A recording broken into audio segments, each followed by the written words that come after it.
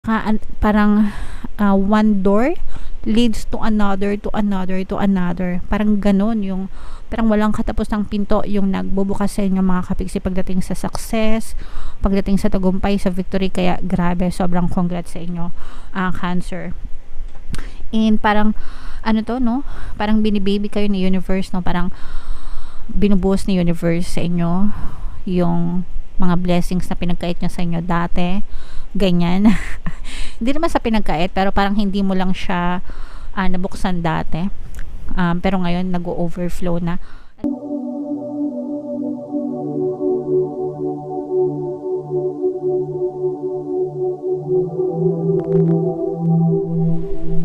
Hello guys, hello mga kapiksi, welcome back to Binoy Pixie Tarot. Ang pamagat ng episode natin for tonight is Mid-Month Kapalaran para ngayong January 16 to 31 para sa Cancer, Sun, Moon, Rising, Sign, and Venus. General reading lang guys, pwede mag-resonate, pwedeng hindi.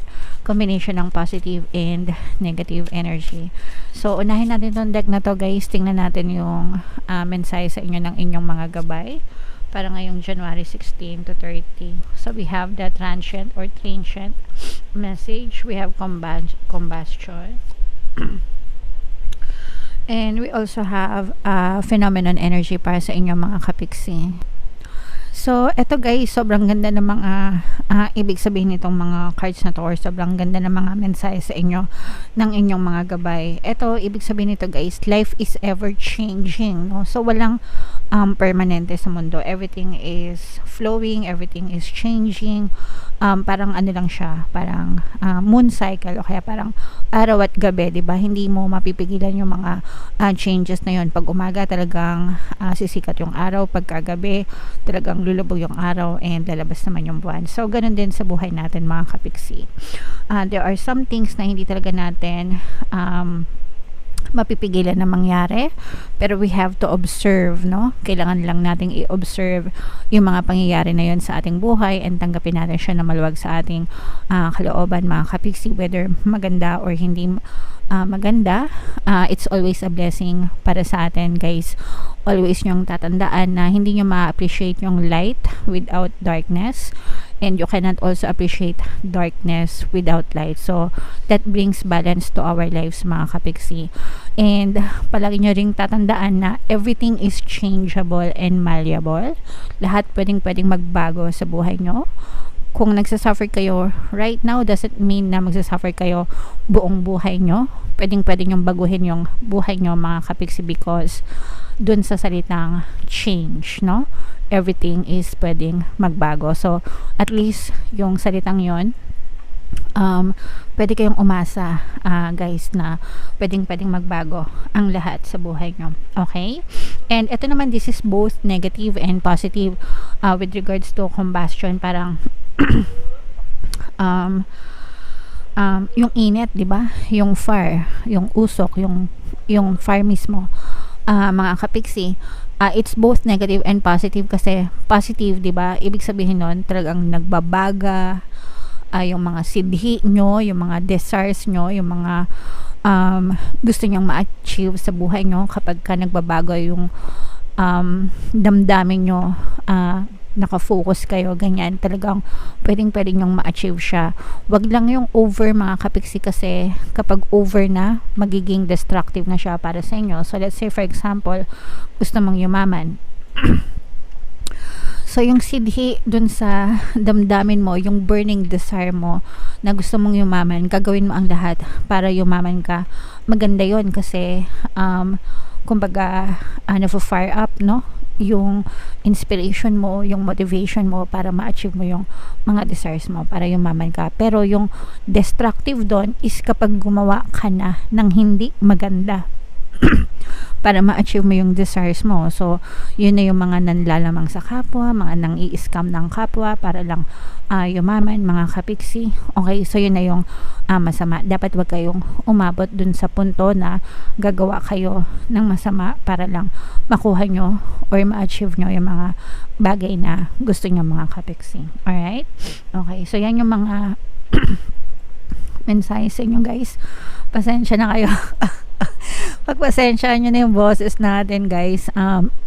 Kapag marami na tayong masyadong navi-video, medyo sumasablay na yung boses natin, namamaos kasi marami tayong nire-record palagi mga kapiksi on a daily basis para ma-keep up tayo dun sa mga videos nyo, kaya minsan nasasagad na yung boses ko, so pasensya na kayo guys.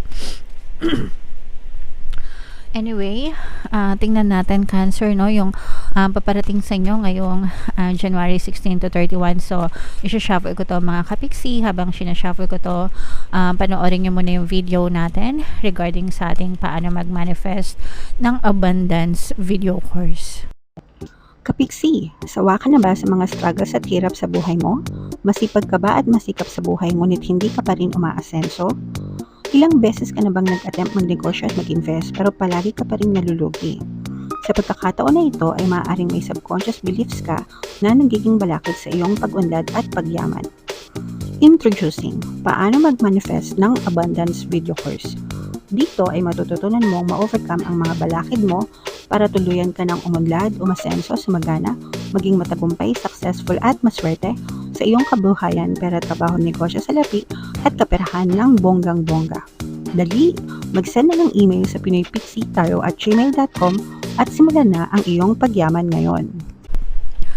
Alright, so sama-sama tayo sa pagyaman mga kapiksi ngayon 2024.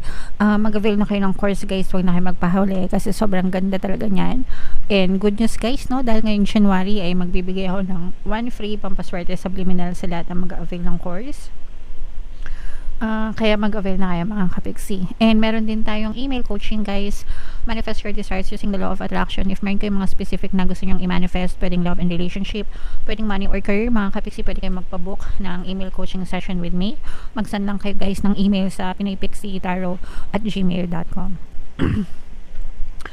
So, Cancer, kayo ay nirepresent ng Queen of Cups sa ating spread. Lumabas din yung masculine energy ng water sign, guys. Cancer, Pisces, Scorpio. For some of you, maaaring may ganyang kayong sign or you may be dealing with another person na may ganyang sign. Ito yung negative and energy, negative and positive. Unahin muna natin yung negative energy. For some of you guys, mag-ingat kayo sa pagbibitaw ng mga salita. Mag-ingat kayo dun sa mga politika. Pwedeng sa trabaho ito, baka mabiktima kayo ng politika. Yung iba sa inyo guys, parang may nanggigipit sa inyo.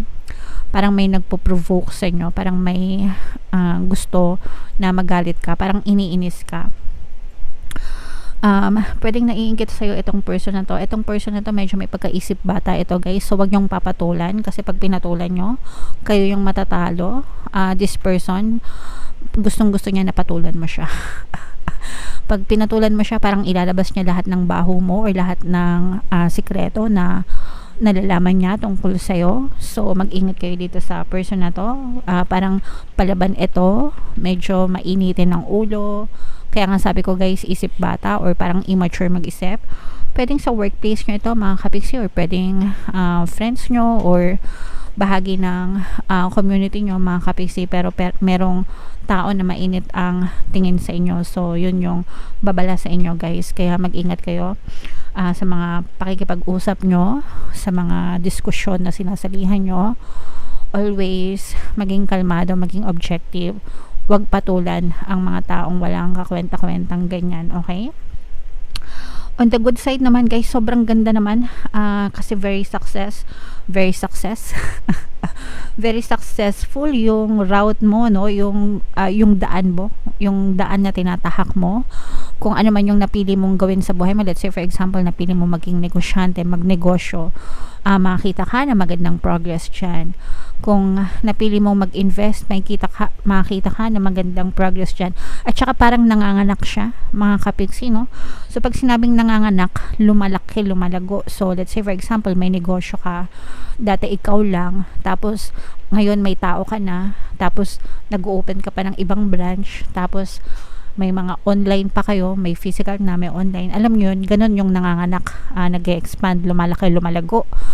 At saka parang one door leads to another, to another, to another. Parang ganun yung, parang walang katapos ng pinto yung nagbubukas sa inyo mga kapiksi pagdating sa success, pagdating sa tagumpay, sa victory. Kaya grabe, sobrang congrats sa inyo, Cancer.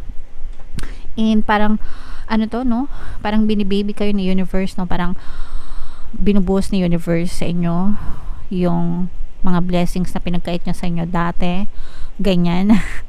Hindi naman sa pinagkait, pero parang hindi mo lang siya nabuksan dati. Pero ngayon nag-overflow na. Alam niyo yung ano, guys, 'di ba yung mga dam, 'di ba yung dam punong-puno ng tubig siya. Kapag umaapaw na, binubuksan yung mga gate para lumabas yung mga tubig kasi otherwise mag-overspill siya. Ganon yung nangyayari sa inyo, parang binubukas ni universe yung mga pintuan para lumabas yung mga tubig sa dam. So yun yung mga blessings, mga kapiksi, no? Binubukas siya, lumalabas yung mga tubig, yung mga blessings papasok sa'yo. So parang feeling ko yung iba sa inyo nalulunod kayo sa mga blessings, mga kapiksi. Grabe. So i-mind nyo na yan, guys. i-mind nyo na yan. And yung iba sa inyo parang feeling ko wala na kayo mapaglagyan ng blessing. So talagang ipamahagi nyo yan sa ibang tao na nangangailangan, mga kapiksi, sa mga karapat-dapat na tulungan. Share your blessings, mga kapiksi, and be a blessings to others as well. Okay? And for some of you, pagdating sa love and relationship, guys, maaari kayo makatanggap ng proposal from your person. Pwedeng nagle-level up yung inyong relationship, guys. So pwede magkaroon ng engagement proposal, marriage proposal, ganyan. Yung inyong relasyon. For some of you, mga kapiksi, parang nakita din natin na itong mga biyayang natatamasa mo, itong mga blessings na to ay dahil din sa iyong good karma. So ito, guys, hindi lang kayo blessed sa pera, blessed din kayo sa relationship, mga kapiksi, with your partner, specific person, romantic relationship, guys. So maganda yan. And parang nandun ka sa stage, at saka yung person mo, guys, parang palagi kang tinititigan ito, palagi kayong inaalagaan. Your person wants to take care of you, gusto niyang alagaan ka, kahit na iba yung pinapakita niya. Kunwari, yung person mo parang hindi siya masyadong showy, hindi siya masyadong emotional, pero deep inside them, palagi nila kayong parang ini-stalk. Parang palagi nila, gusto nila palaging updated sila tungkol sa'yo, tungkol sa nangyayari sa inyo, ganyan.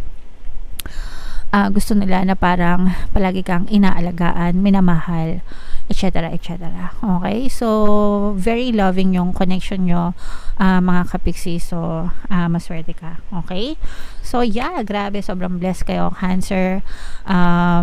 And yung mga pinapamain-main ko sa inyo, guys, no? I-main nyo na yan sa comment section, guys, kasi sobrang ganda talaga yan.